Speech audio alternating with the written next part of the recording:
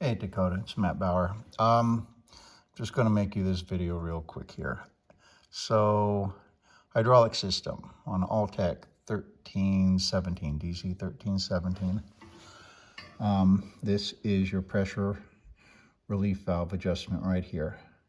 So you've got a 17 millimeter nut, securing nut here you're going to loosen. And then on the end of that is an Allen head. And it's a 4 millimeter. And you simply loosen up that nut. Is that? No, it's not a 17 millimeter, it's a 13 millimeter. You loosen up the nut and you adjust it this way, right? Screw it in a little bit more. Like I said, maybe on this one, give it a half a turn in at first. Then tighten up the securing nut and see if it works better. But remember how far you turn it, because you might have to turn it back. Now, if you want to get into actually testing it, this port right here is where you can attach. It's a, I believe it's a 1/4 inch quick disconnect. You'd probably want to unscrew it and take it into a hydraulic shop and get the female end of it, and then you can plug that into a hydraulic gauge. It goes up to about 4,000 psi, and then you simply put it on, and then you're able to adjust your valve real accurately that way. Now you do have to put it under pressure, the system under pressure, which means you're basically going to run a log through it with it running with the drum disengaged, but the hydraulics working, and just run a log through your feed system until it stops, and then that will stop the feed rollers, and then that will tell you at what point, if you have a gauge here, at what point it's opening up. And with it backflowing that way, you could screw it in until, until you get it up to, I'm guessing 2200 psi is probably the stat. That's usually what they are, 22 to 25. Anyway, so that's one thing. This middle valve here, see the top? Now, this one might be a little different than yours because it's got a lift cylinder. But this middle one here is the actual control for your hydraulic system. Back here is your detent, and that is what actually keeps that valve centered. So if your detent isn't working right, then when you hit the lever here, it's not going to find center properly. Right there. And this one's actually kind of loose. This is the machine we're working on. So that's something that's replaceable. Costs about 260 bucks. You have to get it from Altec. I believe this is a Parker brand control valve. Parker's a little difficult to deal with. And I've tried getting them aftermarket, and it just hasn't worked out. So that part you have to order directly from Altec. This is your pump, your hydraulic pump.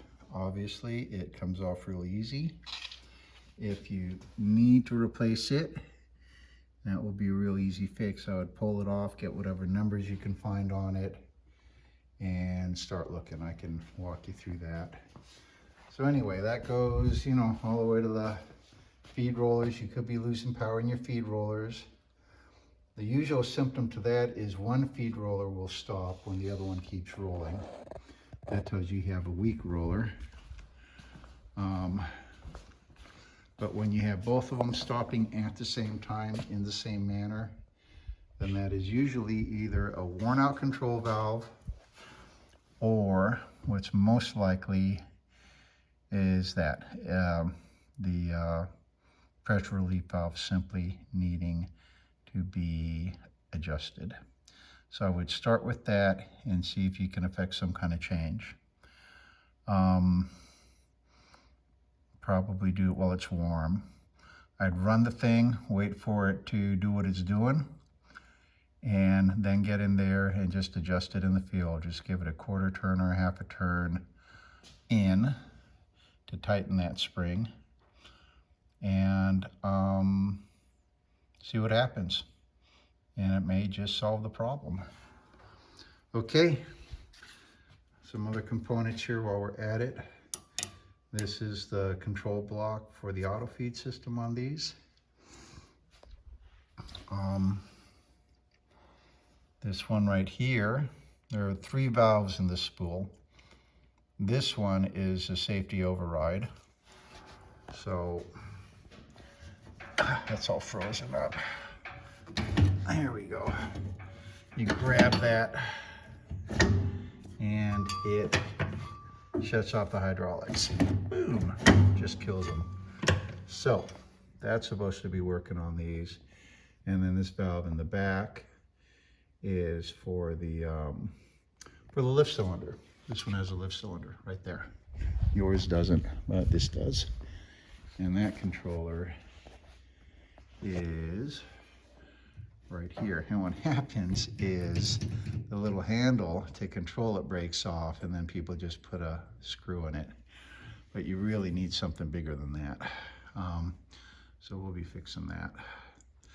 Anyway, that's this one's a 2011, 10, something like that. DC1317. And yeah, there's your hydraulic tank. I don't think there's any issue with the tank because we had it off.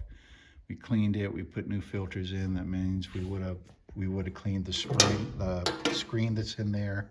These come off real easy right here. And then you can get in there and clean them. There's a great big suction screen. They're easy to get off.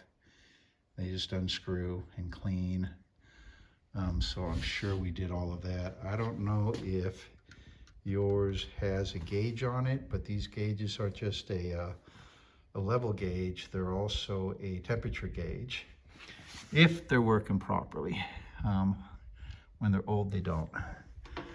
But we typically try to replace those whenever we can. So whether yours works, that I can't remember, but if you have a nice new one, then you want to pay attention to the temperature on it to see if your fluid's getting really hot. If your fluid's getting really hot, well, that tells us something. I'm not sure what, but it tells us something. It means that there's too much friction in the system. So then it's a matter of where is that friction developing? Is it in the pump or in the motors? That would be the most likely source. So anyway, that's what you're going to do. Adjust it first and see if you can affect a change. And if not, then we'll start looking at other issues. All right? Okay, bye-bye.